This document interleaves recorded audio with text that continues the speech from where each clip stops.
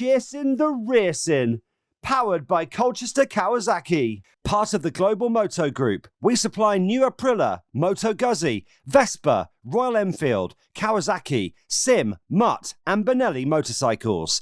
3, 2, 1, and welcome back to Chasin the Racin, episode 154, and we're delighted to be joined by the lead commentator for British Superbikes and also for the Isle of Man TT this year, Steve Day. How's it going? All good, yeah. How are you boys? I've watched plenty of these, so it's nice to be welcomed in. You're obviously scraping the bottom of the barrel to be calling me in it. Oh no, to be fair, that happened years ago when Chrissy asked me to be a part of it. So, don't worry, the only way is up from here. Yeah. Now, my first question is that your only jacket? Is that the only jacket you own? Because we always see you in is that one jacket. Yeah, to be honest with you, every single day, I'm so proud that I just... we've obviously just finished... we should set the scene, shouldn't we? Definitely. I've just finished a full day of commentary, Bank Holiday Monday, here at Oulton Park, and so Chrissy's called me in, and I didn't bring anything else. So I don't wear this jacket when I go. I might just start taking a few selfies at home now, just to get it out there. Yeah. Good lad. Go on. Go for it. You go for it, Chrissy. This is all about the rhythm. Like you said, it's people are just packing away now, and it's very grateful because you've been sat speaking into a microphone for all day live on TV. So I really appreciate you staying back and coming on the podcast. No, it's great to be here, and I'm really grateful that we're actually able to talk after a good day. You never know when racing, do you? It could anything could have happened today. It could have been loads of delays. You could have had a bad crash or something, and would have been sitting here and you. Arm up, collarbone, and you know what it's like. So it's a pleasure to speak to you both. I must ask, is this weird being on the other end of it? Because I can see, normally it's all flowing and it's like... Yeah, it is. I to be honest with you, I'm genuinely... I don't feel uncomfortable being asked questions, but I'm so used to asking them that it is quite odd.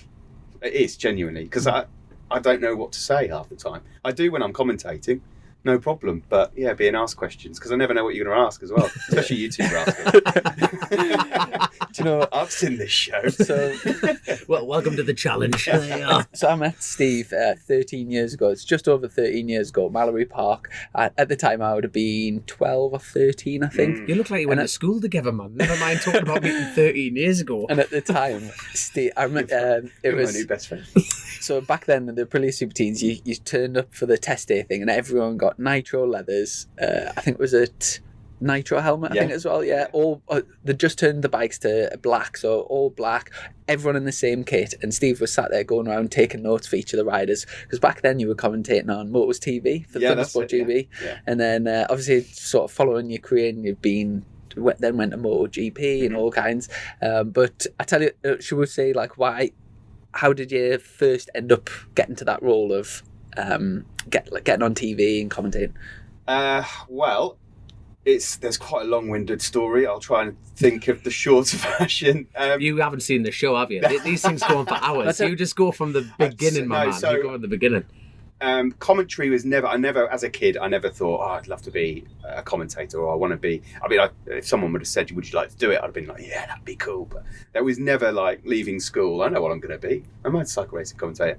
But I loved the sport. And when I first went to a BSB race in 96, so I'd have been 12 then, I was hooked immediately. It was BSB, Witt and Neil Mackenzie on the Cadbury Boost Yamahas, hooked immediately. And from there, Dad had a guy working for his car sales who used to race, and then they went back racing at club level. So we got in the paddock then, and then it went into British paddock. And while we were in there, a friend of mine was racing in the Super Teens, and I said, I want to race in the Super Teens. So Dad got some money out. We did Aprilia Super Teens, started in a very, very bad year with the rubbish riders, Casey Stoner, Chas Davies, Tom Sykes, Tommy. Literally, it was...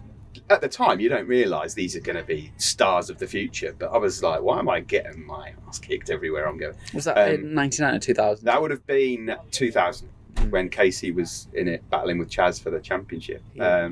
And then from there, I went into Junior Superstock, and obviously all of these guys followed. British Supersport I did for a little while as well. And again, all of them followed. And in the end, it was just it's quite obvious I'm not going to make it. I'm starting to crash a bit more. Dad's wallet is being emptied. And so I thought, you know what? I'm not sure if this is really for me. And so I stepped away from racing. Was that did you lead that decision, or was it more? No, it was definitely my decision because my dad was heartbroken. Absolutely heartbroken. And do you know what? I didn't know how to tell him either because I knew he'd be heartbroken that I was going to stop racing. So I wrote him a letter to begin with. I didn't know what to say, honestly. You classy bat. That is nice. No, I wrote him a letter. To whom it may concern. Do you know how sometimes you get into a conversation with someone and you can't find the right words to say. Yeah. I just thought if I write it down, then I know I'm getting everything across. And in the words that you like articulate. And he brought it up the other day and said, "I've still got that letter." Wow. And I hate you for it. Do you know what was really bad is that one day I caught my mum and dad outside, and he was crying. Not long after I stopped racing, so that was a bit of a horrible moment for me. Yeah. What age was this then? So I would have been this would have been 2003, so I'd have been 19. But then we got a 400 and I still did the odd track day, and then we still did the odd race, but it was like, in terms of any ambitions of going anywhere with it, that was it was done. Anyway, to kind of sidetrack from that, it went from there to Dad getting involved with Thundersport. While we were racing ourselves, he met Dave and Bernadette Stewart, who were running Bemsey and MRO at the time. They'd stepped away, but then they wanted to create this new series, and they wanted my dad's involvement on a business side to come in as a director. So that's what he did. And then I was working at Robinson's Volkswagen, and this is a main dealership back where I am. And Dad just said, "Look, we need someone to come and prat around at the weekends on a microphone. We're going to do it on Motor TV. Would you like to do it?" Because I used to love doing karaoke and stuff like that. Mm-hmm. So there's so he basically... Hold on. You based your career on... What song was this? This life-changing song? Bohemian Rhapsody. Naturally. No. Go in. Let's not mess about. Let's just go in. And no, it was weird. My dad basically thought, because he doesn't mind a microphone, he's not scared to do it, why not get him to come over? And I did it with Jenny Gow. Jenny Gow was presenting the show, and then I was doing punditry work. And then one weekend, the commentator got ill, did circuit commentary, and someone said, "That wasn't too bad. Do you want to have a go?" And it kind of just went from there to there to there. And I think my dad knew maybe this could be something for him, and I just battered down every single door I could go to try and get in. But that's how it all started, basically. Do you know, just going back to that letter, that sort of fascinates us, because I know a lot of people in a similar sort of position where they say, because for a lot of people that start racing as kids, it's very much of like, it's either mum and dad or with the dads or whatever. And for a lot of people, the dads are wanting it as much, if not more, than the kids. They're living their racing through.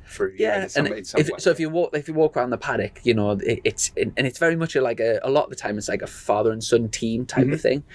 It sort of fascinates, because there'll be people listening that are actually in that position right now where they're racing, but they maybe don't know that they don't really want to do it, but they don't want to they know how much the dad loves it, basically. Yeah, and I continued racing for a good 3-4 months after that, even after the decision in my head, which is an iffy place to be, as you guys massively. know. Massively. Can you remember exactly what you said in the letter?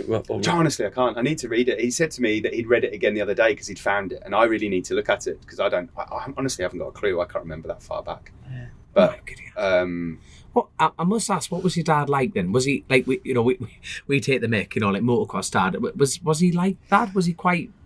Was always he pushy? No, he wasn't pushy. Definitely not pushy. It wasn't like, you're racing and that's the end of it or anything like that. He loved it. He's got such a passion for motorsport, and I think he was living it a little bit, through me racing as well. I just knew that he'd be gutted. It's as simple as that, really. It is brilliant, though, that despite that decision, Sid's been like a huge part of British racing for such a long time, and carried on that passion and thrown right in the deep end. It's really cool that he's managed to. Yeah, I mean, I think the way everything has panned out is so unusual. If someone had said to me the day after I'd handed my dad that letter that, I'd do MotoGP for 7 years, and then I'd be, BSB commentator, I would have been like, "You are joking. It will never happen in a million years." So, he helped me so much to race. If I hadn't have raced, everything that we're doing, us sitting here, there's always a backstory, and it starts somewhere. And it's really just started from my dad having a car salesman who used to race. that's where the story starts. And then gradually along the way, obviously, some paths sort of go well. But yeah, the end of my racing career was probably the best thing that's ever happened to me. It's a simple fact. But that's it, though. Yeah.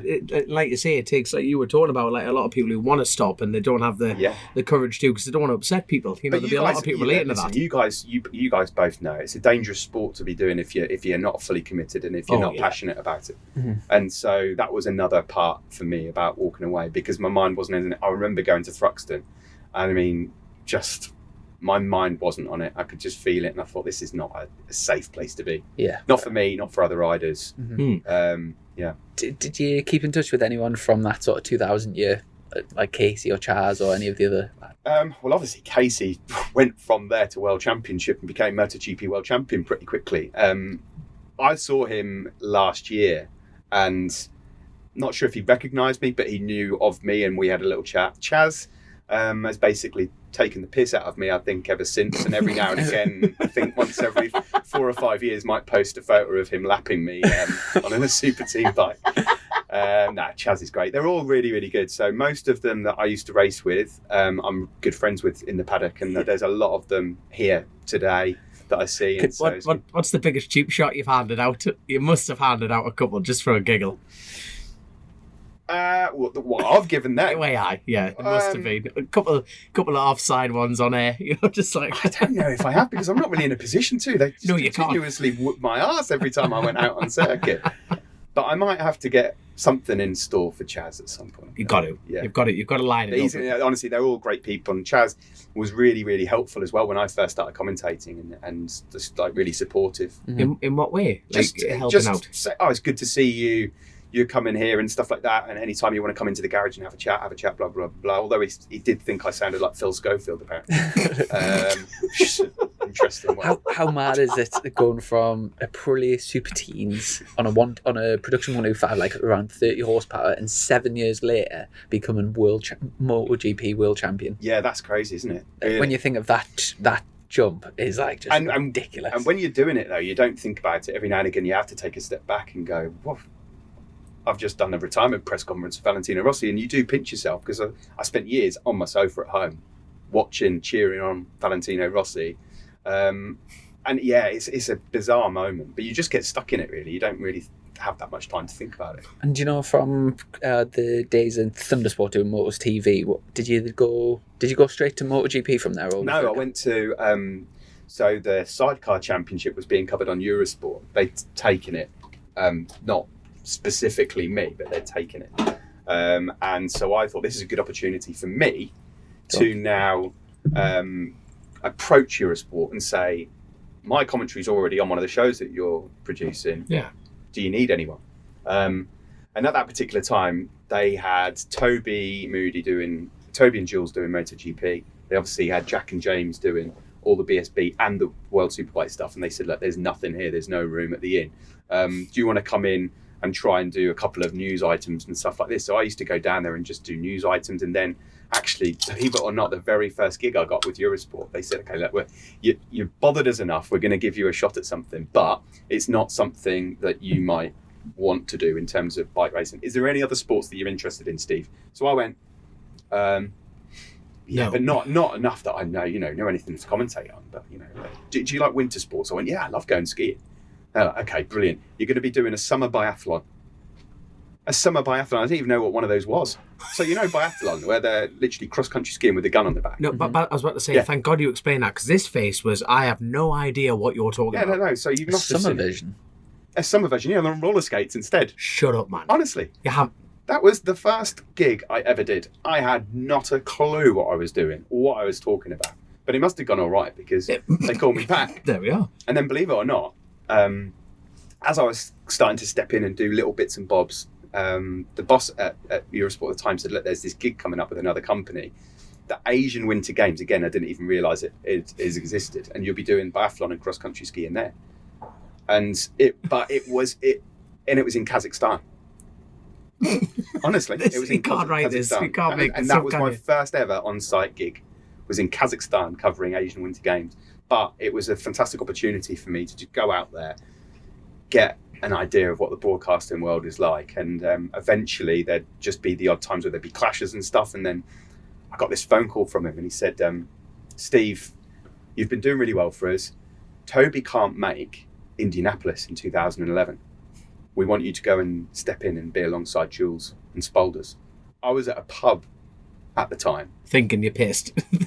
Well, I was a couple of pints deep, but Good luck. I was over the moon. I couldn't believe it. I was like, you have got to be joking me. And that was such a massive moment because Toby and Jules revered, Eurosport's coverage. It was the best. It was just awesome. And so, stepped in for that. And then there'd be the odd World Superbike clash and they'd say, look, Jack and James can't be in the same place at the same time. Do you want to come in and do that? So it just, step by step, it all kind of went. So I went to Eurosport first, then did a full season in 2014 World Superbikes with James because they decided to split BSB and World Superbike up a bit commentary-wise. And then Dorna approached me at the end of that year, and that's how I got into GP. Have you ever found this job difficult? Yes. Yeah, this afternoon. Fair enough. No, but I mean, going into it, like the beginning of this interview, it's like this felt a little bit awkward for you, like the fact that you're trying to get into it naturally, but to step up into a sport they had no idea about and just start racking off facts. And the thing is, it's about being confident on air, isn't it? Well, yeah, is that not a fair comment? Well, you know what I mean? It's about you've got to give the persona that you know everything. I can tell you exactly what I did, Dom. I blagged it. Good lad. That's exactly what I did. It was a lot of blagging. Because I didn't know anything about it. What's it like? What's it like? Get it down here, find out. Go on, I made one there, Chrissy. Sorry for interrupting you there. Sorry. No, you're fine. No, let's You've been speaking about them all. I can smell the energy. All day with power. Bradley Ray this weekend, so I'm saying you'll have been speaking about Rich Entry all day with Brad's been on fire this weekend, hasn't he? Imagine the next interview, and it tastes like Nice, all right, that is okay. There you are. And so you kind of got your foot in the door with the MotoGP thing. Was that on the live feed or was that through BT Sport? Or you mean with Dorna or with Dorna it was obviously all world feed stuff. So if people were tuning into MotoGP.com, they'd got it in the UK, but they take it live in America and Australia. So if you went there, everyone knew who you were. Yeah. But back in the UK, unless they had a video pass, no one had an idea what you were doing or how it went. Most people in the UK would get it through BT Sport. Yeah, most people watch MotoGP, I would imagine. But that's not the same in other countries. No. A lot of people watch the world feed. That's interesting. Yeah. And I mean, you got to cover some amazing, obviously you mentioned before, the Rossi retirement thing, some surreal press conferences. What was the biggest sort of pinch me moment? My first ever interview with Rossi, because was that a full sit down? No, it wasn't. It was we need to get an interview with Valentino and we haven't got anyone else about. Steve, can you go and do it? And I crapped myself because I just he was a hero. Mm-hmm. And there's just an aura around him as well. So yeah, that was a pinch me moment. Have you got a gifted tongue? Are you multi-language? No languages? No, I can't even speak English there. Did you hear that? Just spit that out. No, I haven't. No, I'm really not very good at learning languages and stuff. I didn't have to, luckily. Imagine we just sat there and just started reeling off Italian. I'd love to because Gav Emmett, who you've just recently had on, he's unbelievable. Mm-hmm. Fluent in, I don't know how many languages, but I hope you tested him on that. He did say, he said, to be fair, he did French and Spanish at uni, and then he also speaks German, I think. To be fair, we never tested him on that, to be fair. You've got a good point, you got a Italian as well. He's unbelievable. Right. I find some people have got a real knack for that, learning languages and stuff, but I can't learn anything. He's good with numbers. I've got nothing. I've got nothing. I struggled with languages as well, to be fair, at school. And like I said, MotoGP, so you covered that for 7 years, did you say? Yeah, I was with Dorna for 7 years, yeah. Wow, travelling every round? Every single round, so yeah, travel to every single round. Never, I think there was bar one, where last year in Austin, there was some complications, shall we say, regarding visas and stuff like that and COVID restrictions, and so I couldn't make it out. So that was the first time I ever kind of commentated on that from Barcelona, but every other one, flying around the world doing it. I must ask, is because it's part of motorsport, is your job just as fickle as motorcycle racing itself? And what I mean by that is every year, it's like a reset button, isn't it? Every rider, is looking for the next job. Everyone's trying to secure the seat. No, I'm being genuinely open about this. Because seats are changing all the time. Do you have do you have like years of contract work, or is it literally year by year gets reviewed kind of thing? I think it's different depending on the person and the company. Me personally, I've spent 15 odd years, I think, doing this now. This is my 15th season doing sort of TV stuff. And every year, for me, it's always been a 1 year rolling contract. Yeah. I'm a freelance journalist, basically. So, Yes. It's a weird one because when I first went into the industry, I realised initially that, well, this is a bit of a cutthroat dog-eat-dog world. It really It's is. business. It's a business nonetheless, isn't it? But I've always thought in life in general, even though it's cutthroat, I want to be everyone's friends because I wouldn't want to be treated the way some people treated me when I first started. So if anyone new comes in, I'll try and be friendly with them. It's a weird one to be friends with fellow commentators when you know perfectly well that you're probably going to be going for each other's jobs at some point or whatever. It is a bit of an odd one. So yeah, every year there is that sort of weird feeling of like what's going to happen. And it's just the same for you lads. Like the same with me in the roads. It's like everyone's looking for a job. Everyone's aren't they? looking Looking for a job. You almost take the personal element out of it, don't you? Just like, look, I need to do and my there's job. There's not enough jobs to go around. No. So people lose out, unfortunately. That is the sad fact of it. That's it. There's always more jockeys and horses in this game, isn't there? That's the thing, exactly, isn't it? Yeah. God, went awfully deep there. So change the tune there, Chrissy. Sorry. So just a few quick ones before we move on to like current times. But of the MotoGP era, if you had to say your favourite race in that to commentate on, what would you standout race? I was very lucky in the fact that and when I look back now, I'm so grateful that I managed to commentate on Casey Stoner winning, Jorge Lorenzo winning, Danny Pedrosa winning, Valentino Rossi winning, and then obviously all of the modern era stuff, Marc Marquez's first ever victory and stuff like that. So some really good milestones there to have in the locker. My favourite ever race to commentate on, I think, was Danilo Petrucci's win in Mugello. Yeah. Just because when you meet Danilo, you realise this is not just a normal robot.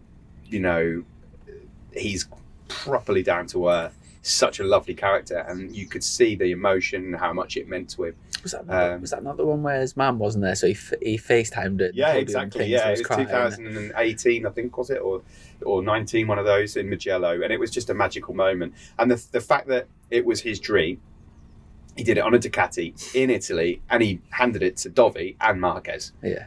Not a bad day at the office for Big D. He's a lovely guy. What's he doing now? He's doing Moto America, isn't he? Because he won it. And then he was doing the Dakar, of course, and stuff like that. So that stands out. And also, most recently, that win for Binder on slick tyres. That is crazy. That is my outright favourite moment in motorcycle racing. Period. It's just when you saw a train of riders pull in, and everyone just went, "No, he is."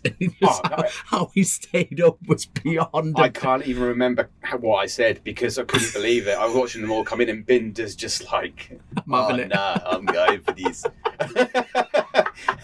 And that is the sort of person Brad is. He's brilliant, by the way, like a really, really, really cool guy. He was in Super Teens in 2008 at the start. So the year before you came into Super Teens, you would have probably... So it's like the Fraser Rogers one. Yeah, that's it. That's class.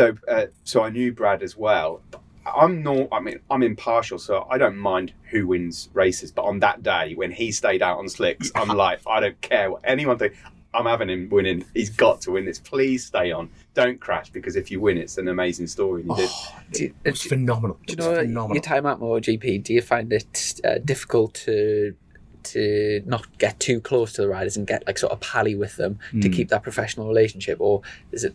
I think you've got to be careful how close you are. I mean, I wouldn't say any of them are like close mates or anything like that, but you never really have the chance to do it. But I do think you have to be a bit careful how pally you get. Because you've got to remain professional as well. But you naturally gravitate towards certain people. Do you know what I mean? The people that really have a lot of time for you and have beers and stuff like that with you. And so that you do, there are people you will hang out with more. Yeah. And obviously coming into this paddock, I mean, I feel like I've known everyone since they were, I'm feeling old saying this, since they were young, and I was interviewing them and stuff like that, you know. Lee Jackson won BSB today, you know, this year. First time I've interviewed him since he was in the Super Teens and stuff like that. And obviously Chrissy here, who used to come up onto the podium and give that little, I remember that little wink. He had this thing, right? He came on the podium. Chrissy was... A wink. This will not surprise you, Dom. Chrissy was so well prepared, okay, for any podium speech. It was like he'd mastered it. Absolutely mastered it. Who to thank? There was a long list of people. Was it Mr. Winch? It was, your yes. teacher? Uh-huh. Thanks to Mr. Winch for letting me have some time. Honestly, this is what I said every single time. And then at the end of each interview, and they're all on YouTube, you can watch them. Thank God, Grace, get it on. You look at the camera and just go, shut up, man. yeah. And who would you like to thank? I'd like to say a massive thank you to my mum and dad, John at JDF Racing, Derek at Magnum for doing the team engines, Ian at Mistral for doing the team fairings and bodywork, Mr. Winch, the principal of my school, Emmanuel College Gateshead, Scott James at SLJ Web Design for doing my website, Mary for doing my board, thanks a lot, you're a star, James Falcard for mentoring us this weekend, and a massive thank you to Ian Stanton for all his help. Thank you. I know, I was cringing looking back, but... Whose idea was the wink then? Let's be honest. Was it? Should I tell you? I've never actually spoken about this, right? But it was that year I was watching The Apprentice, and they chose someone because they said everyone went out, and they chose someone for an interview because at the end of the things they shook hands and winked, and then I just thought, oh, that's an easy win, isn't it? So then I just did it all the time. It was brilliant, absolutely brilliant. Did anyone else copy that? No one's copied it. Only one, Chrissy. Yeah, no, I'll never forget. There's a reason. But if and when you make your way back over to the paddock, I'll be pretty disappointed now that I'm in this paddock if I don't see one at the end. Yeah. Well, next time, hopefully, if I have a good result, and then Chrissy, you have your own show. If you don't sign off this interview today with a wing, there's hell Make on. sure you thank Mr. Winch as well. There you go. I tell you what. Give me one race that you wish you commentated on. What, in MotoGP? No. Anything that you watched and went, I wish I did that. Barcelona. I think Rossi and Lorenzo. The Catalonia. Yeah, that was unbelievable because I don't think anyone expected that to happen. Also, although I could never do it the justice that it was done on the day from Jack and James, but Tommy Hill and Hopper, 2011 at Brands. I mean, yeah, that was. If you weren't excited or on the edge of your seat watching that, then you're not a bike fan. I couldn't agree more. That was raw human. emotion. That was raw emotion that came out. Absolutely awesome. I just remember there are just some races, aren't there, that you watch and then at the end you're just like, oh my goodness, this is unbelievable. There are a couple that stand out. I'll probably think of some more when I'm. What's the worst sport you think you could do? Like, you think, I am so uncomfortable about doing this. Give me something that would bore you, almost. Well, I wasn't all that strong on summer biathlon, to be quite honest with you. Everything is up from there. I would rugby, probably, because I haven't got a clue what's going on. I don't understand the rules. And he's passing behind, and he's passing behind again. Honestly, he's been rugby tackled. I'll watch it, but I wouldn't know the rules. You feel like sort of. I'll tell you a funny story, actually. There was once at Eurosport. If you were there and something needed filling in, every now and again they'd say, look, can somebody help us? And I think there was a commentator who was late, they couldn't make it in. Can you get somebody else to start the show? And they said, Steve, can you just go in and just fill for literally just a couple of minutes until this commentator gets it? I was like, yeah, sure. What is it? Equestrian. Shut up, man. Equestrian. And it was on, and they're like, and it's on in 5 minutes as well. So I had nothing other than just I think. Please tell me this is somewhere on YouTube. No, it's not. If it is, I hope it's not anyway. And to their credit, they gave me anything they could, printed off anything they could to give me just to read. And it must have been the longest opening to a show ever because all I was doing was just going, yep, it's the Equestrian, we're here in Paris. And I've never been so grateful to see a commentator walk into the commentary box as I did that day when he finally made it in. Is there Eurosport studios that are doing all kinds of sports in the same sort of building? Yeah, this was back in the days where they were working at Feltham as well. And this poor commentator unfortunately just couldn't make it in. And so, I said, yeah, I'll help out last minute. But that was I don't think stuff like that really happens anymore. There's You hope not. No, but it was one of those moments where, I think on that particular day there was massive snowstorms, and it was a real trouble for somebody to come in, and it was just like, oh God, what are we going to do? We can't just have silence while this is going on. So yeah, that wasn't comfortable. I know nothing about equestrian. That's a very good answer. I didn't expect that, to be fair. Do you know I was thinking ping pong horse. Do you know your time going from MotoGP and then taking a step to British Superbikes and deciding to go to the world, also coinciding with becoming an author, a kid's author? Is that right? So you look. Do you not know? Do you not go on Twitter, Dom? Dom doesn't know this information. Yeah, but okay, let's elaborate, gentlemen. What inspired the? Well, I guess it was sort of like, I know you're still in the same career, but you've kind of expanded your repertoire. Well, just for Dom's benefit, Thank you. And plug the book, obviously. I've written a children's picture book, Right. and it was released last August. And to go back to how that all came around, I've got a little boy, 3-year-old boy, Charlie, and I was making up stories to him to try and help him get to sleep. And I've got a bit of a weird imagination. I'll just make the day Daddy beat Casey Stoner. That never Daddy happened, went round the outside. The day Daddy got lapped by Casey 4 times in one race. So that's the next book. You see that there. Yeah, not even bike related at all. And so I just written down something. I said to the missus, like, what do you reckon to this? She's like, yeah, it's good. And I was like, yeah, but you're my wife. You've got to say that. No, she doesn't. She's a wife. Well, that's true. But, lockdown then hit. I didn't have any work. Didn't know what to do. So I thought, I'm going to read up on how to be a children's author just to see whether it's possible. So I read this entire book. It was advised to me by a current children's author. She said, read this, and then if you've read it and at the end you'll know whether or not you want to pursue it. So I did, and there's some brutal bits in there just to kind of, this isn't a doddle basically. No. And so I read it, and then I went through with it and started creating it while we were in lockdown, and then decided not to go self-published route. Decided I'm going to send it off to agents. Some brutal responses, rejections and stuff like that, and then eventually, to cut a really long story short, this publishers got involved, looked at it and said, yeah, I'd like to work on it. And so it went from there. And did you find, a lot of people struggle with rejection, but with any, I think the Harry Potter books got rejected. Yeah, Some of the best inventions that have in the world got rejected loads. And I'm trying to think of an example, but I know there's like some of the most profitable and best inventions ever got rejected. Rocky, for example, Sylvester Stallone, he could not, nobody would sign him off because obviously he wrote it, but he wanted to play Rocky. And people were wanting to pay for the film, but they were saying like 5'8" or 5'9" heavyweight or 6 foot or whatever he is doesn't fit the bill, and so he then got rejected, and it turned into one of the best. There's loads of examples like that. Did you struggle with the rejection? I think everyone struggles a little bit with rejection in any walk of life. It's not particularly pleasant. Sure. But I've dealt with it throughout my life. Even getting into commentary, when I first wanted to get in, I contacted a lot of people and was just told no until Eurosport took the punt, and they said okay. That's a big firm. That actually your first job at that's class. That is class. And the gentleman that helped me out and said, like, I'm going to give you a chance, I will always be thankful to.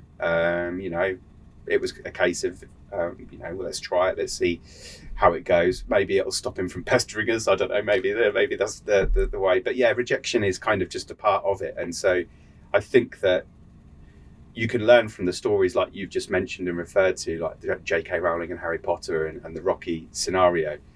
It didn't bother me with the book because I'd already dealt with it in the work I'd done. So I was none the wiser. I thick skin developed very early with you. Yeah, I was pretty numb about it, to be honest with you. It was. Some of them are actually quite funny, brutal, what they've written back. Yeah, that's quite surprising. You'd think it would be just no, or were they trying to be constructively critical, or were they just trying to be cruel? Some of these rejections. Some were constructively written, and I'm all for constructive criticism. Yeah, I'm a person that believes that every day is a learning day. Yeah. If you think you're the finished article at anything, then you're done. You might as well just pack up and go home. But yeah, it was. Some of them were cruel, just like you've got no chance with this. This will never be a book. And then most of the time you just didn't get a reply at all. So yeah, a bit odd. But it was a completely different I project. thought of another good example of that. So do you know James Dyson? Yes, I do. Yeah. Right now, I think he's got the largest landowner in the UK, Yeah. and Really? like does all. He's like I really don't get how to ask this. self-made, and like he's just it's got like so many things going on the go and like invent. But when he first invented the Dyson vacuum, he took it to loads of tech companies, and they all were saying if this new like a way of doing it is so good, one of the bigger firms would have already invented it, so they're pieing him off, and he just revolutionised. And then from that, he's then revolutionised loads of other industries. The warmers that you put your hand dryers. Yes, yeah. That was actually a mistake. That they were working on something else, and they just found that using a very small amount of electricity, they could like a thin blade of air, and a normal hand dryer uses like so many watts or whatever, and then this one was like 10 times more efficient and dried your hands faster.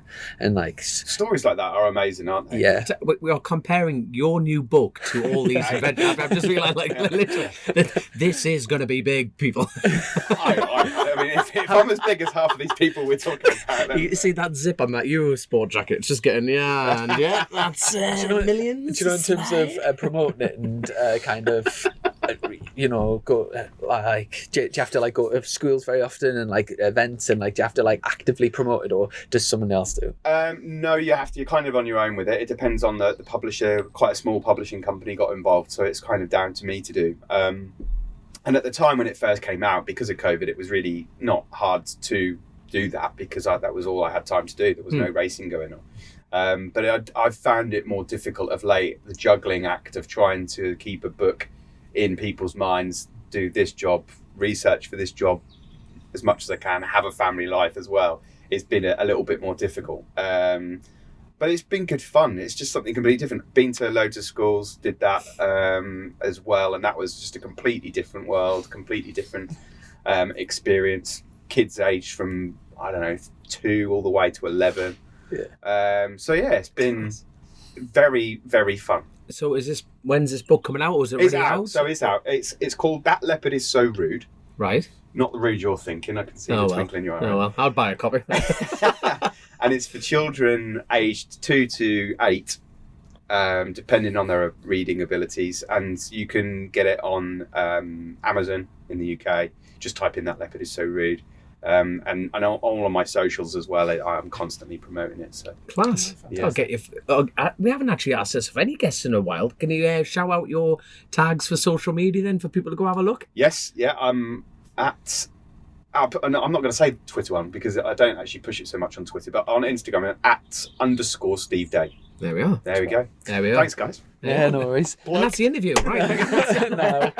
That's the only reason I came on. Going into it's obviously a big step going going from MotoGP to BSB in terms of like a totally different set of teams, totally different championship. There's a hell of a lot to again research, and on top of that, the news came out was a few months ago about taking on the job at the Isle of Man TT as well, which again is like, I'd imagine will be quite a sidestep from what you've done in the past.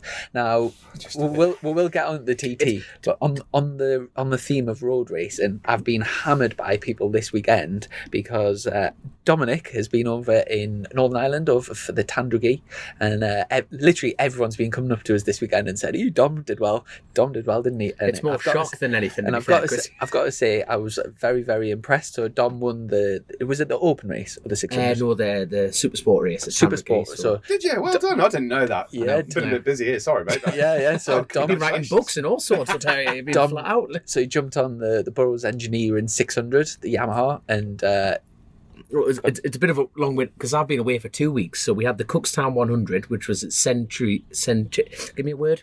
Centurion. Is that the word? I'll never make a commentator. They're Centurion year, so it's 100 year. It's been running, and unfortunately, Mike Brown was involved in a huge accident, and now Mike Brown's second season in Rhodes riding for the John Burroughs engineering team. And he's gone down to turn one. He put an I think he broke the qualifying lap record on the open second lap off the superbike race. So we had the weather, which was absolutely fantastic. And qualified pole position, went off. Michael Sweeney went on the inside of him. This is all on BBC Northern Ireland, and they played the full thing. So you want to have a look on YouTube or get yourself on online and have a look for it. But they've come up, and Mike Brown is rode into Sweeney, and his handlebar's gone into Sweeney and caused him to tear off the bike on the left. And the fundamental side of road racing is there's no runoff. So unfortunately, the bike's gone into the side and pinballed down the track. And so Mike's gone into the side and he's spun off. Now, Paul Jordan, who I was chasing, he was on another 600. He was right in front of me. I just saw the tail end of the bike. I hit the brakes. You can see this all on my onboard from Greenlight Television. Mm-hmm. You can see the whole thing. Paul had nowhere to go, God love him, absolutely nowhere to go. And he was on the nose of the bike. He's unfortunately ran over Mike Brown's legs. Both his ankles, just bang, bang. But the bike's gone down. Paul's hit the floor. Bike's hit the hedge and flipped onto Paul's head. The bike's just gone bang. So I was first on the scene, and then I just dropped my bike. You can see that on the side. You got Richard Charlton on the left. He's going to Mike Brown. And we're just Paul was just totally sparked. Unbelievably sparked. And thank God I just Paul, and all he heard is, I was like, thank fuck for that. Yeah. You know what the bike just went up and just went clatter. So the build them lads in Northern Ireland totally different how they build them over here. There's no two ways about it. So Paul was knocked for absolute six there, and unfortunately he couldn't get going on that side of things. So that rescheduled everything, and we went out in the open race, and we got a top 5 on the 600 on the Coulton bike, which was fantastic. I got a podium finish on the Super Twin, got second on that. This is all on BBC, the Greenlight Television stuff. Adam McLean, right, had one of the biggest high sides on a Super Twin. Now, there'll be people listening to this going, you can't high side a Super Twin. You ask Adam McLean, you can high side a Super Twin. My God, just came up. It's like a negative camber jump. So you come over, you lift it up, and the thing just lets go. And he's that light, I thought you'd land like a leaf off a tree. Nope. Smack. How he got up, and he made it to the open race. And unfortunately, he had another crash.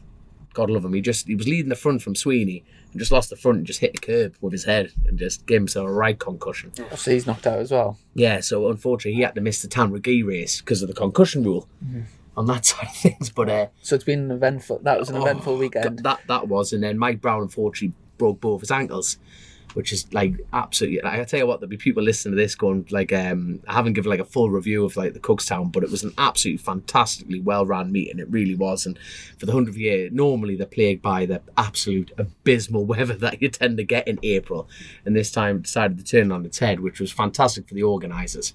But I was trying to think. Maxwell had a fantastic run. Potchy Williams, he'll be screaming for a shout out. He was absolutely on form. But I tell you what, I got held up with. You can run 700cc's in Super Twins now, right? In the Northern, but which means it can only run a 650 at the Isle of Man. Everywhere else you can run 700. So we're all going to the North West 200 on in the Super Twins. You can run to 7. Tell you what, you seen give me a name, Richard Cooper. Yeah, Richard Cooper's on a 700 at the North West.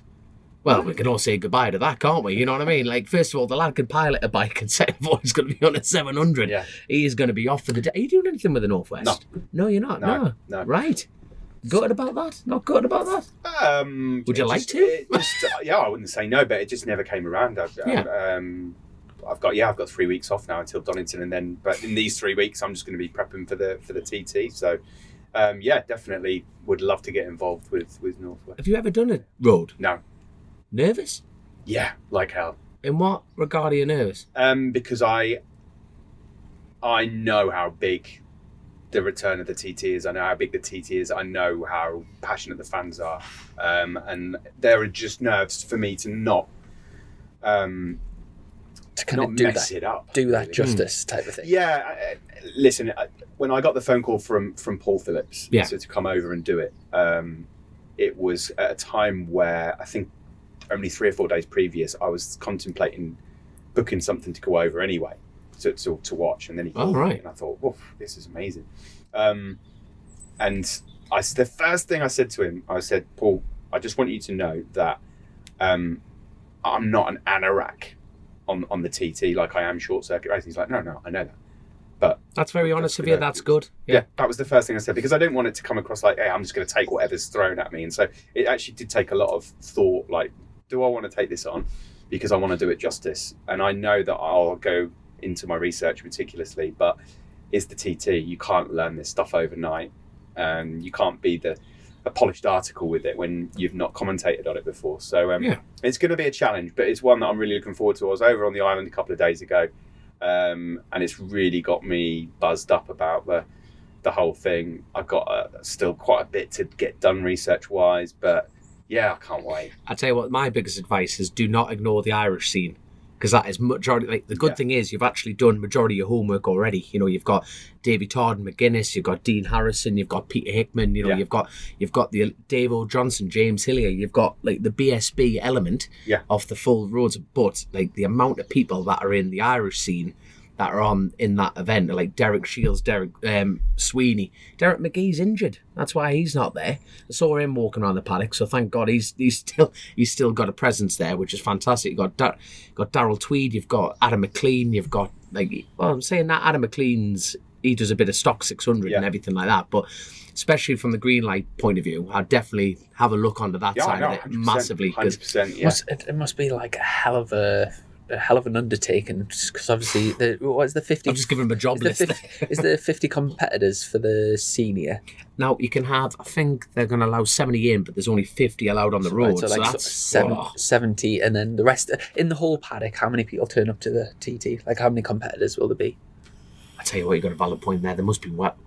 Did you say 100? Easy, and the rest. 120. Well, when you think the sidecars as well, and then in terms of the learning about the history of all of the previous, you have to kind of know like the history side is not so difficult, because I'm so used to researching history of anything, and so you can kind of access statistics easily, so that's fine, but you can't learn about riders and then the course itself overnight. I was going to say the next thing I was going to get on is the course is so big. I've watched countless onboard laps. Milky's taken me round as well, 2.5 hours in a Toyota Yaris with Milky the other day. Well done. And so he just said, I'm going to treat you like you're a newcomer, so I'll talk you through everything. But then still there's going to be, even at the end of this TT this year, there's going to be still so much that I can learn. But I'm getting there, and there's just obviously the pronunciations of everything. There's so much that you've got to get right. I just don't want to mess it up. You've got to go. You've got that. Paul Phillips will open up with open arms. You've got to go for it. Normally they've got like the course car laps. Yeah, you know what I mean. You've got. Imagine you in one of them. Oh, I'll be that like closed road and everything like that. That would just come across on the camera so raw. Yeah, well, I'd love it. It would be amazing. If Paul's listening to this, please get him in a course car. I am really glad that I managed to get to the island and do that lap with Milky there. Yes. Because TV flattens it completely, as you well know. I mean, like I could not believe the undulations there. What's your one bit of that course in that car with Milky that you thought, whoa, I'm not doing that? Or would you have a go? No, I wouldn't. No, because I wouldn't. The whole late apex thing baffled me to begin with, because I didn't really get a grasp of that properly until Milky took me around. Dom, there are so many parts of that. As he was telling me, like, we're flat stick through it. Blew me away. So much of it. There was even just the start. From some of these guys who haven't been out there, because obviously you can't just go around and test and say, okay, it's Tuesday, I'm going to go and test the course or anything like that. When they get out there for the first time, and then it's just flat out St. Ninians, and then just like gone, bang, from nothing. Yeah. It's just craziness. It is absolute craziness. Ballascary obviously does look scary. Oh, yeah. There's so much of it. 600 you don't slacking. I had a notebook with me, and I was trying to watch, listen, and write down some notes. I've just got a notebook full of stuff that I don't even understand, with squiggles and stuff that I've written shorthand on the lap to try and help me out as well. But it's mega. It's not like anything else. Mm-hmm. It's a different sport altogether. I said to to Milky. I just feel like the only similarities between this and short circuit racing is that they're on fast motorcycles, and that's about where it ends. Yeah. No, but to be honest, it's great to actually hear the honesty element of that, because people like will listen to this and go, right, that's brilliant. That you're coming in with an open mind rather than I know everything. In terms of the new setup for the TV at the TT, it's gone out live this year, isn't it? With I think it's a pass that you can buy for $14.99. So it's free all year round, but for the 2 weeks of the TT, you have to pay $14.99 to watch literally everything live, which I think. Good deal. I was going to say, like, I'm not getting anything to promote that, but I did see your wallet before. It was quite big, Chrissy. I genuinely think that is like just an absolute steal for any race fans. And obviously, it doesn't replace being there, but there's a lot of people that it's impossible with work commitments and stuff to get over. So it's incredible. Will you be sat in a studio with like a little bit like here, where you've got load of TV and commentating like that? I'll be in the tower. And I've already seen the commentary position, so I'll be in the tower doing the radio stuff, and we'll have all the screens in there. And then will you be feeding to people around the course? Yeah, but we've got a big team. It's a massive team. So you'll be watching them pass like the grandstand talking about it, and then you'll say like over to so and so. So Chris will be in pit lane when they're refueling and stuff like that. And Chris Kinley is the guru of the riders. We've got a large team. We've got pundits and stuff and experts, and the TV team crew are going to be next to us, and another thing. So we're it's onboard cameras as well. Yeah. Wow. Right. Yeah. I think. Is it? Because I know the plan was eventually to get. Maybe I don't want to say something that it's not. So I'm not 100%. I'm not 100% sure. Yeah. Not 100% sure, but they're covering it bigger and better than they ever have. Yeah. I mean, it is going to be. It is some task that they're undertaking. Definitely. It really is. Mm-hmm. But they're all more than capable. They're a fantastic bunch. So passionate, really friendly. So yeah, it's going to be fun, right? I tell you what, you're going to have a great laugh in the paddock as well. Just getting out and meeting the teams, meeting the riders. Because to be blunt, I don't think there's one of them that doesn't have a bit of crack about them. No, in the Rhodes paddock period, I just think everyone's got a story. Every single one of them. I could tell that. I stood in for Matt Roberts doing a chat show night with John and Dino. Oh God! A few weeks ago, so I'm well aware of what the banter levels are going to be like. So no, I think that's my cup of tea. It's a bit like coming back here to BSB as well. That everybody's approachable. There are no sort of passes that you need just to go into a garage or someone ushering you away.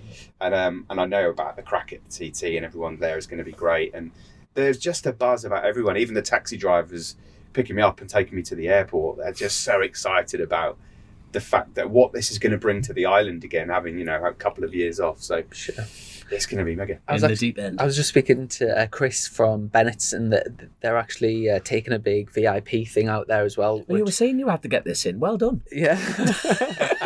Did you think I started that in like well done, son. Well done. I'm proud of you. Well done. That wallet's getting bigger. I know. I'm going to have to budge over here. It's getting a bit small in here. We've been doing a few bits and bobs with Bennett, and with the offering a proper VIP experience for the TT. So for anyone going out there, I think there's like social barbecues, like chat shows, loads of stuff. And there is, I don't know if we're allowed to speak about it, but there is a what's it called, where you put the goggles on and then the meta universe simulator, automate the false reality thing. Yeah. I can't remember what it's called, but I know what you mean. I do know what you mean just from your. There is going to, like I said, I don't know if it's been released or whatever, but there is something like quite exciting going on with that as well. So hopefully that'll be revealed sometime soon. You were saying you had a couple of weeks off. Are you coming over to the North West? Are you going to? No, I can't make it. No. But I'll be watching it for sure. With your notebook, with my notebook. That's what I mean. I just thought, as far as being able to come over and have the crack and stuff, it's like... I left it free for a little while, just in case something came up, and the plan was to potentially go over. But no, unfortunately, I can't make it. Nah, it's a shame. Yeah, it's a shame. Because I was about to say, because you're home, like the Rich Energy lot, they're bringing that full the full experience, the full hospitality suite, and they're the official sponsors of the event. Energy drink sponsors of the event. You can as well. You can actually, for anyone turning up at the North West, you can actually buy hospitality with them as well. They're like, no, at BSB they don't sell hospitality packages because it's just for like the sponsors and stuff. They're taking that massive rig over the North West, but people like anyone can just buy like race day hospitality. So and it is quite a trick. Have you been in the Rich Energy hospitality thing, the big glass thing? No, I haven't. It's quite cool. Like you want to see them setting it up. Now that you've had one of them, you've got a free ticket, don't you? Obviously, they've got to level it. Like the ground's never perfectly level, but they've got to park 2 lorries and then get the spirit levels out, because obviously it's all made of glass, so it's got to be like absolutely perfectly level. Have you ever been to the North West? No, I'm You've coming never over. been. They are not getting that level. This isn't the one they bring to BSB. Yeah. Oh yeah, no, I have been in it. Yeah. No, I tell you what, that paddock is not like that. It's literally on it like undulating hill. That they are not getting that flat. I'd love to see where they're setting that. They are not getting that flat. Oh my god. But we did mention quickly about the Bennetts. Yes, you were going to slip this in.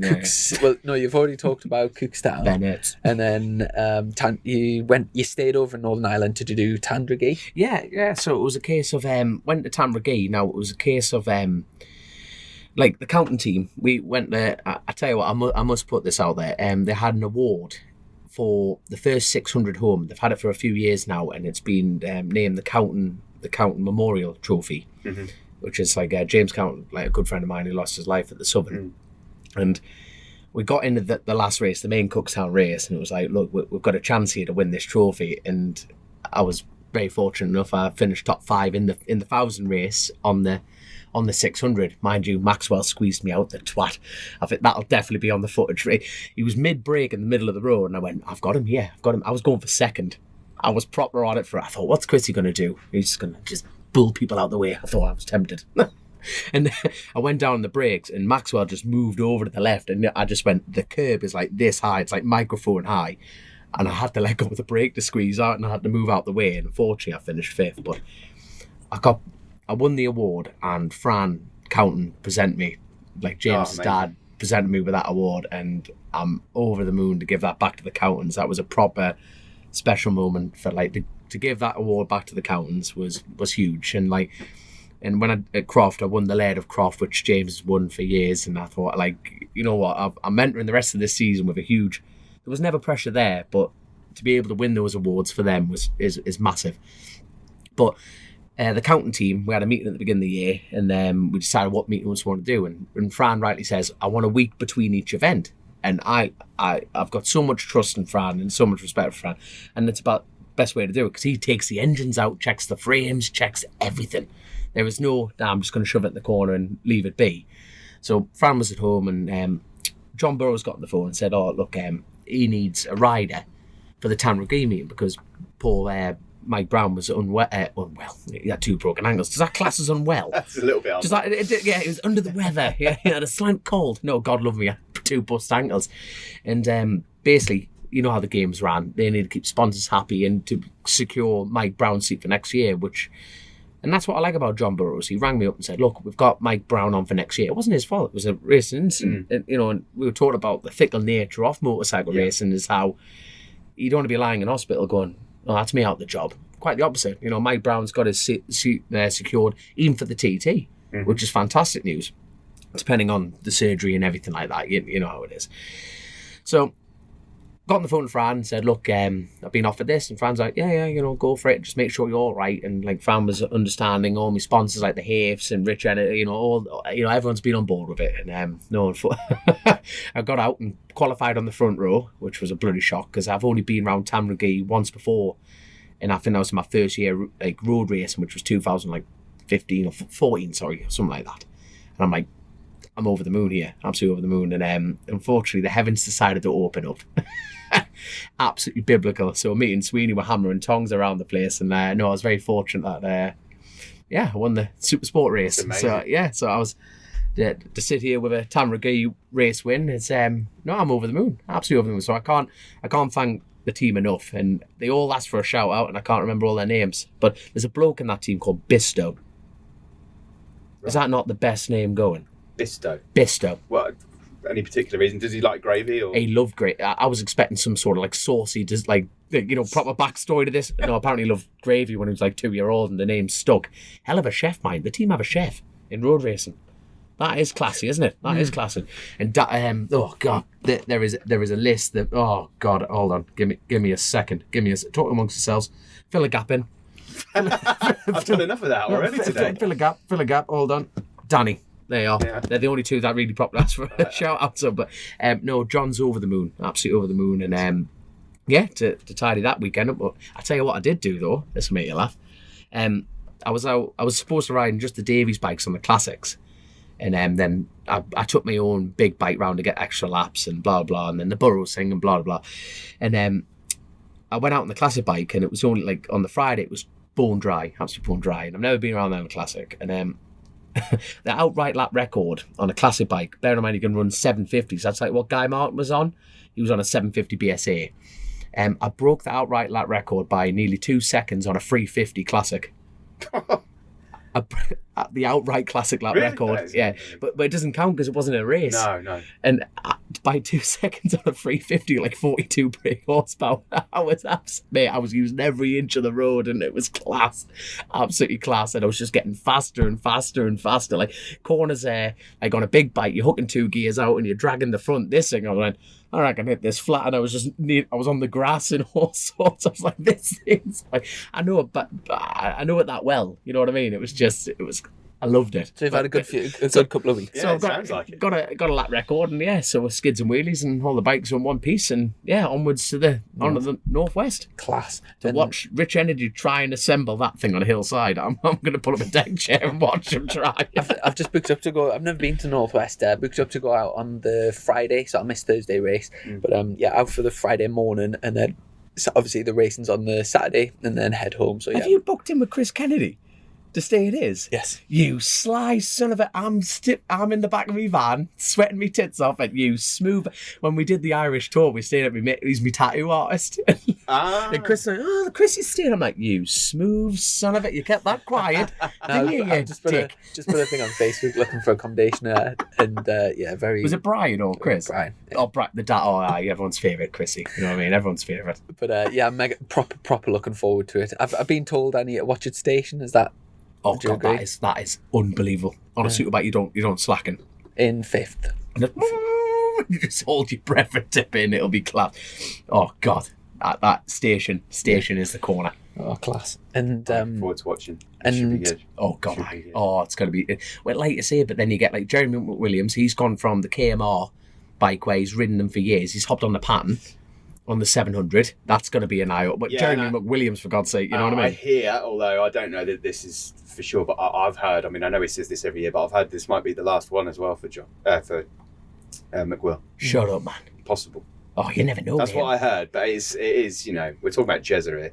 No, yeah, exactly. The He's enigma. been saying that he's is. going to retire like every single year. yeah. I tell you what, before we talk about today and like move on into the future of things, I tell you what, I'm going to jump straight into it. I did notice before arriving here, watching on the boat on the way over, that our poor friend Dave O'Johnson took a tumble. Yes. Yeah. Big old. That was horrible. Well, has anyone heard anything? I heard a mixture of things. I've not got official confirmation yet on that. No, mate. I just hope he's all right. Yeah, I mean, he went for X-rays. I heard counter arguments about whether or not he'd broken a collarbone, Or something. or there's a hairline fracture or something. Maybe I'm not 100% sure as we sit here. But I tell you what, we love a good rumour mill around here, so I'm going to start one. There's only one rider out there who's looking for a ride. And we've just had a toot off an air horn from in the background there, don't say it. But I tell you what would be interesting, isn't it? Who are you thinking? What's Dunlop doing? If Dave, I hope Dave, God, I am praying Davo is on that bike, on that Yamaha. He'll go so well. I am praying. But I tell you what, if that will be an interesting idea, that wouldn't it? That fits. It would, wouldn't it? Now, bearing in mind, Dunlop refused to ride the Milwaukee Yamaha at the TT. He said there was counter arguments either side because we had give me a name. Mick Shanley? No, give me another name. Who's the one who owned the Milwaukee team? Sean Muir. Sean Muir. So there was at each side of that argument. So why Dunlop wasn't on that bike for the TT? But this, if the stars align, that would be a hell of a headline, that wouldn't it? I am. To be honest, I am. Really, no, bear in mind, Dave, I hope you are on that bike. I really do. I'm proper looking forward to, and I'm pleased. Paul Bird's going out to North West with Josh Brooks. I'm really, really looking forward. Yeah. And they're running a special exhaust on that bike as well, like mega loud. It'll be so fast. So I am like really, really looking forward to seeing how they get on. But I am gutted that the bike's not going to the TT. Is that been confirmed? Is that being? Well, it's not going to be at the TT. It's not been officially confirmed, but that's what I'm hearing. Right. And obviously, with Michael not riding it, and Josh Brooks is a TT veteran. He's a 131 man. Yeah, I don't. Yeah. From what I gather, it's not happening this year. Sorry to burst. Yeah, but I tell you what, going on from this weekend, you'll probably be sick of talking about it. But it's been everything. It's been kind of an eventful weekend. Sort of standout performances. Obviously, you mentioned before Lee Jackson taking his maiden win in BSB, which was absolutely incredible. It wasn't just snuck the win as well, good margin, and also Bradley Ray to do the double as well, and mega fast, smashed the lap record 3 times. Yeah, I think I heard that. Was it? I think he broke it himself and then broke his own lap record. And then he did it a third time. Was that a third? The day before as well, and the test, and he's had a fantastic weekend. Yeah, the pace today. I think Brad did a 33.6, which for anyone that knows times around this track, there's like club races are usually won on like around like 40, so to chuck like 6.5 seconds off, incredible, it's just like mad. And in the super sport, Lee Johnson's got another lap record. Yes, did he? Kennedy, he broke the lap record. Kennedy just breaks and goes. He almost engraved the trophy how it is, but Lee Johnson doesn't have to get him up. No, and to be honest, at the start of the race as well, he was just keeping Jack quite honest, but Jack's just on another planet at the moment, race wise. It's Jack Kennedy. Yeah, but it's good. Like, Lee's got the lap record. He was on pole position earlier, so that's one he can take home with him. Good on him. And the race day in general has just been good fun. And I think that it really shapes up nicely for the future. You can't call it. You honestly can't. I mean, Bradley Ray looks strong. He did at Silverstone. He does here. At the moment, you have to put him as the bookie's favourite as we sit here. But 22 points between 5 riders after 6 races.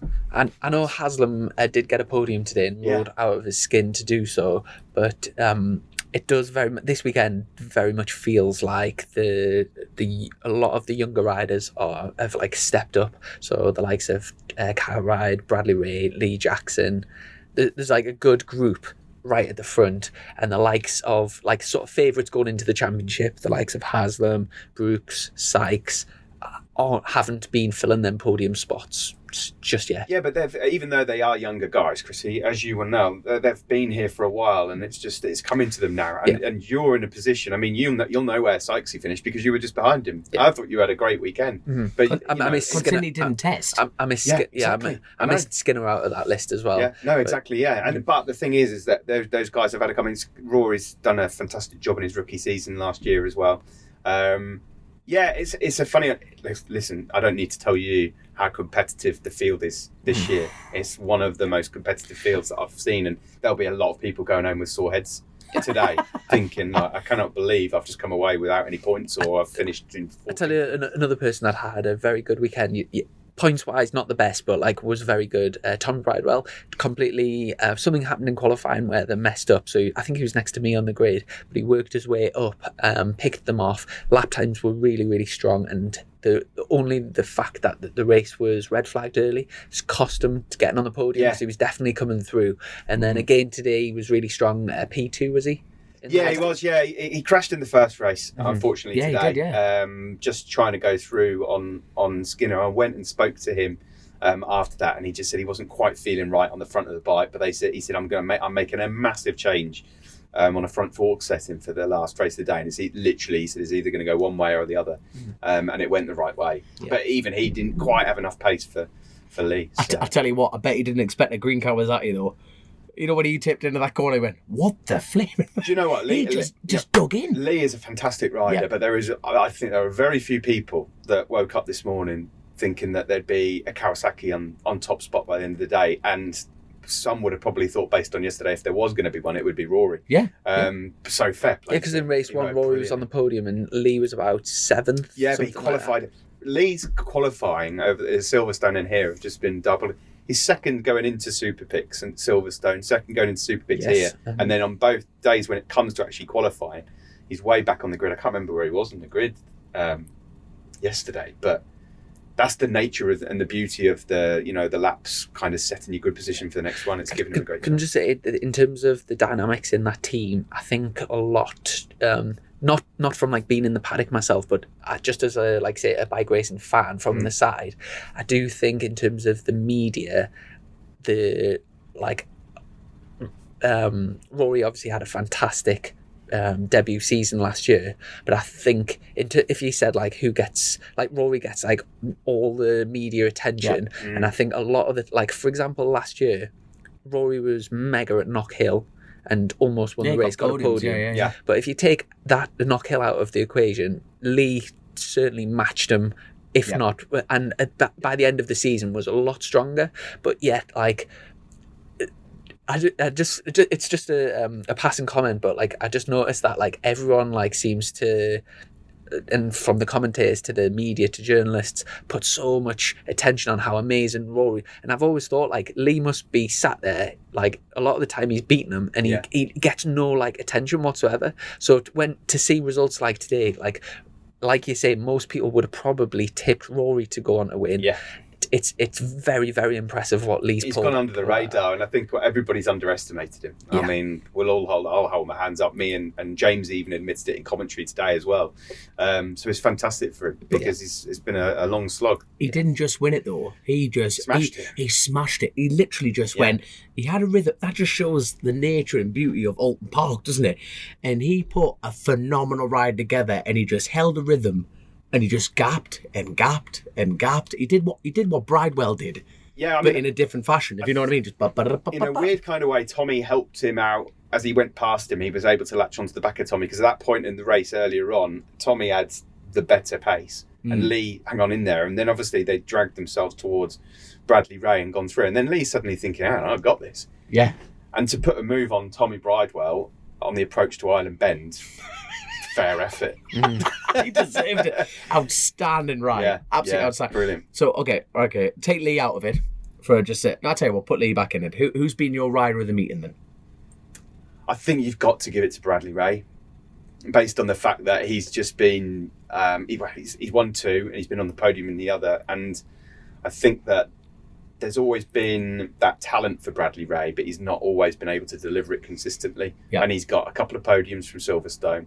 And now he's come here and picked up 3 podiums as well, and he's just showing that he's the real deal. So he has 100%. He has to go down as the rider of the day, in my opinion. Anyway. Yeah. There you go. I would agree. Closely followed by Lee. Yeah, closely. Just it's a wonderful moment to see Lee. I mean, you could hear the noise and you could see the appreciation and how much he's liked as a lad, because he's such a lovely, unassuming, quiet, humble lad. Yeah. But everybody in that pit lane was loving it. You know, everyone going over and congratulating him. Just a quick, I've mentioned this ages ago on the podcast, but from growing up with, me and Leo are similar.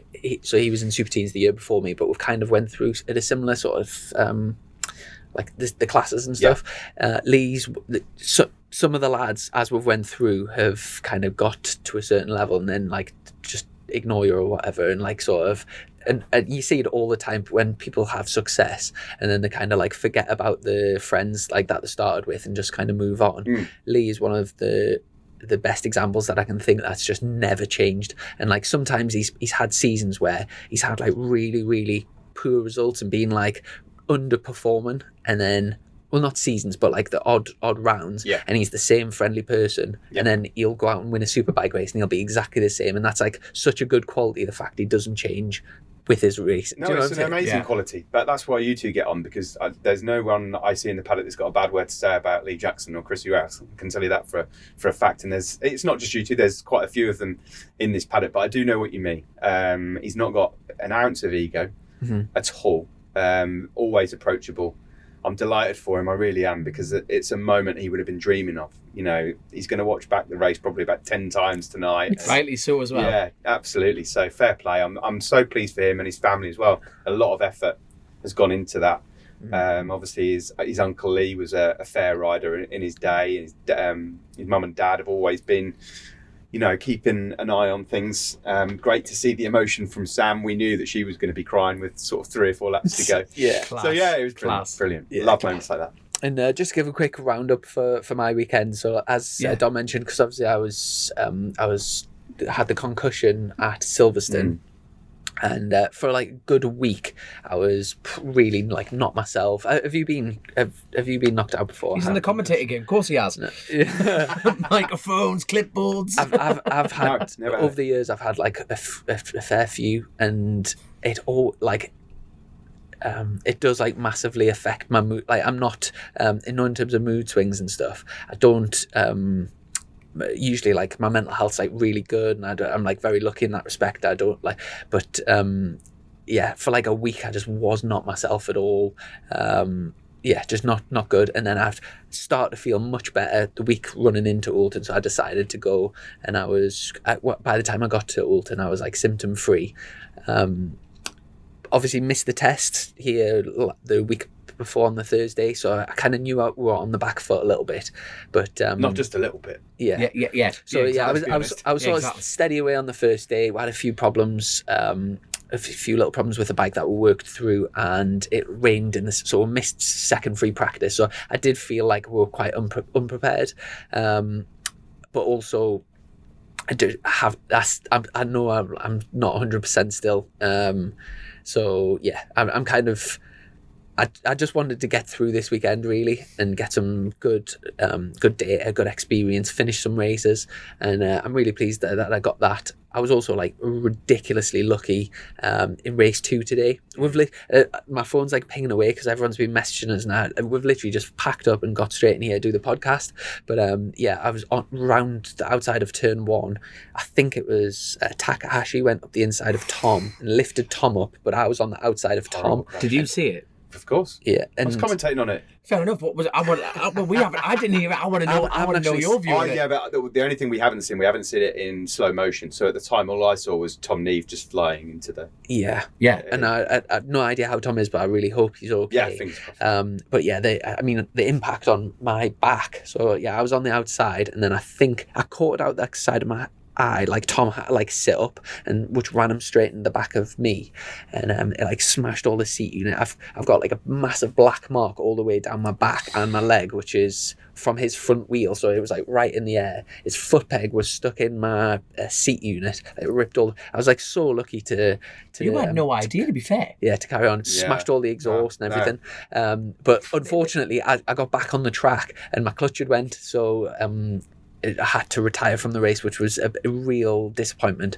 But overall on the weekend, like you said, the race 2, I was 16th, just off, and I literally followed Tom right over the line, so like just off that sort of first point of the season, and got some good sort of race experience. First race like in behind Sykes and the former World Superbike champion Tom Sykes. Yeah, let's just highlight, put a pin in that. And I'm not saying that to stick the needle into Tom, because things they're not quite going the right way, but from your perspective, you're towing a world champ, and I'm like learning missing all a test and everything. I think you've done a good job. Yeah, learning all the time. And in terms of my PB before this weekend, my PB was 36.6, I think, and I've dropped it to 35.7. So make a sort of a good solid weekend, obviously with the mechanical issues we've had and the other things. But yeah, overall, I'm like reasonably happy. I tell you what, like honestly, you how that incident there. Yeah. How aware you came in and everyone's going bloody hell, and you were like, what are you on about?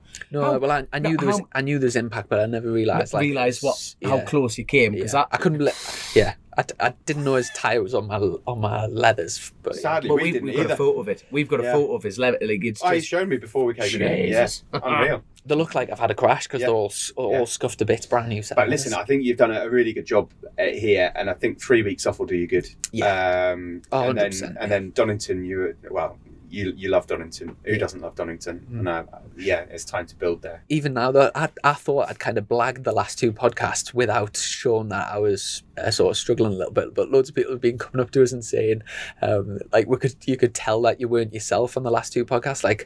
And to be fair, even cognitively, I'm not not. You made me look good for a change, so I was over the moon. And like people, I'm What's speaking to happening people and just like forgetting names and stuff. Don will be coming up behind you on a regular basis, giving you a good old whack around the head. That's it. We've both had a couple of knocks at the head, and the show still goes on. There you go. That's the one. But so yeah, pleased to kind of get the weekend over really, and looking forward for Donington, which is 3 weeks, isn't it?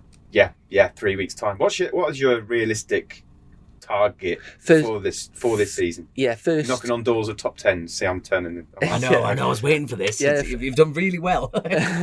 First target is my first target was just finishing the top 20, which I've done this weekend, and then to get in points. Yeah. So I'm sort of gunning for that sort of 15th onwards, and then.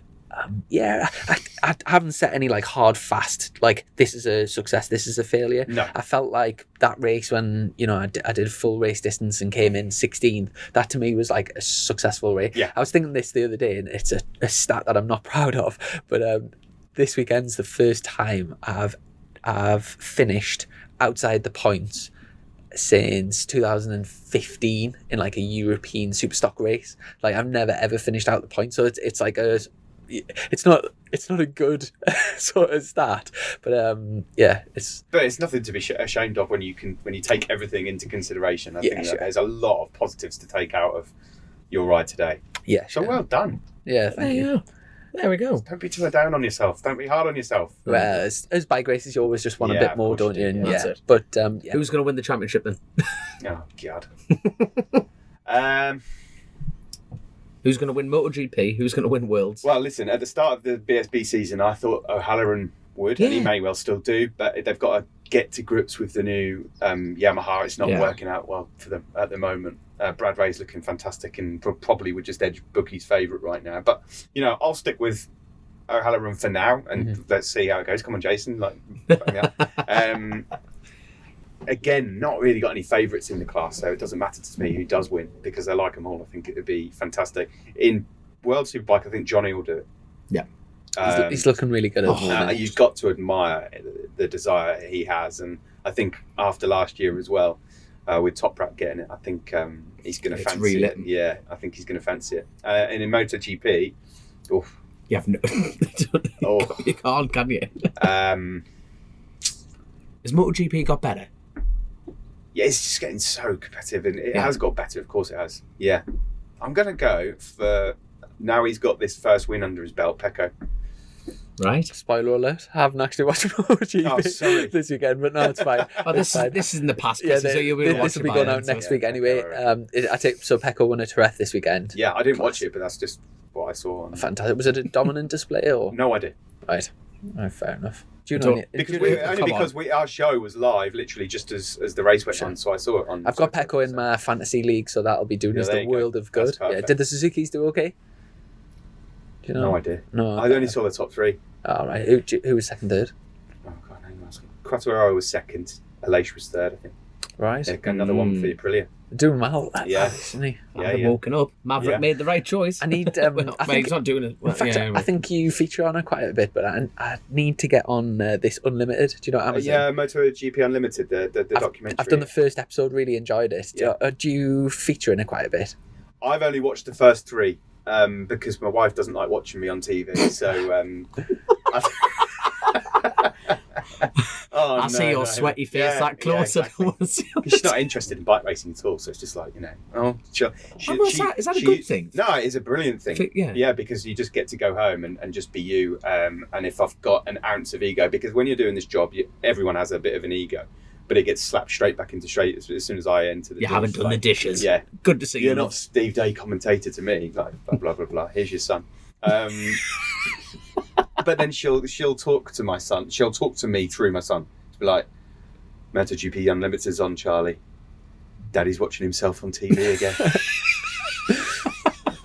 I'm like, come on, leave it I'm alone. watching a documentary. From the 3 episodes that you've watched, I've heard great things about it.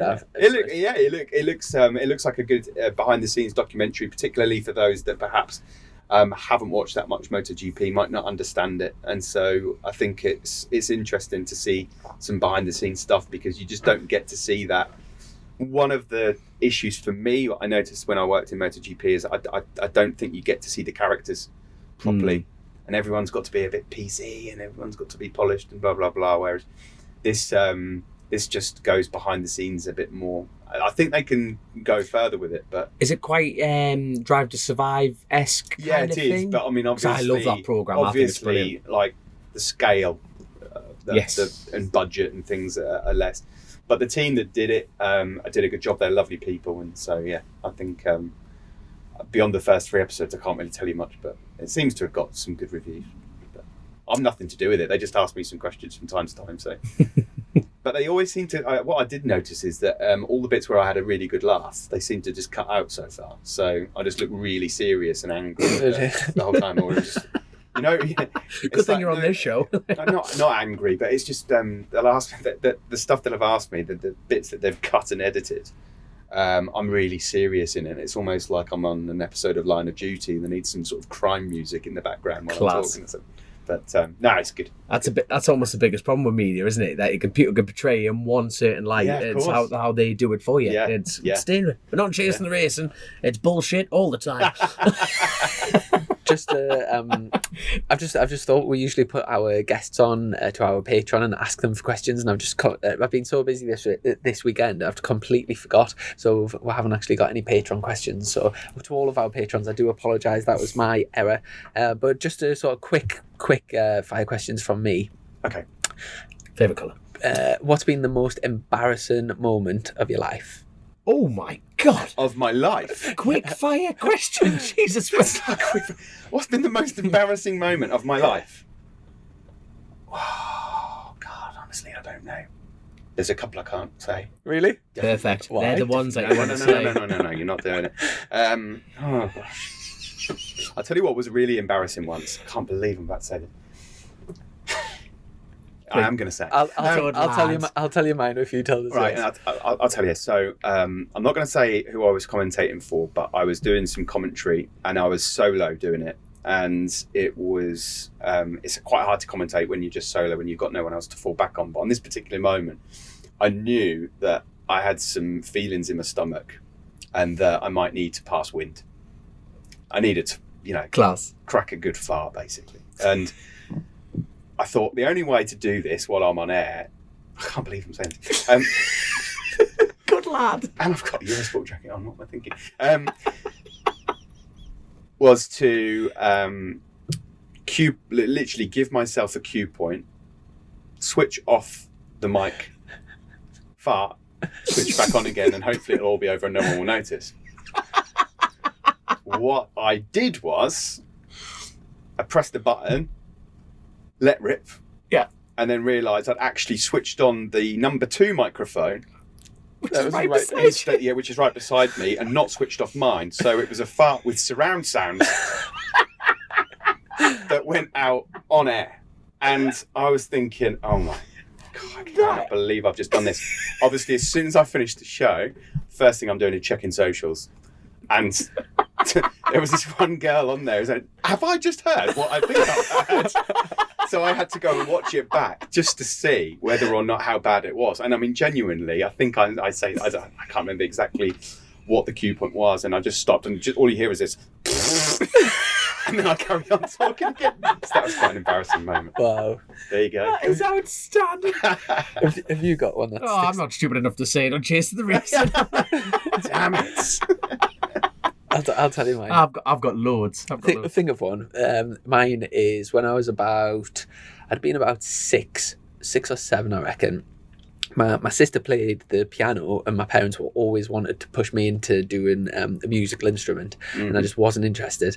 Anyway, there was a karate class or something in the local community centre. So at the time I don't think I was that into it, but I ended up going to this karate class, and my mum just happened to see a full karate kit that was in a charity shop.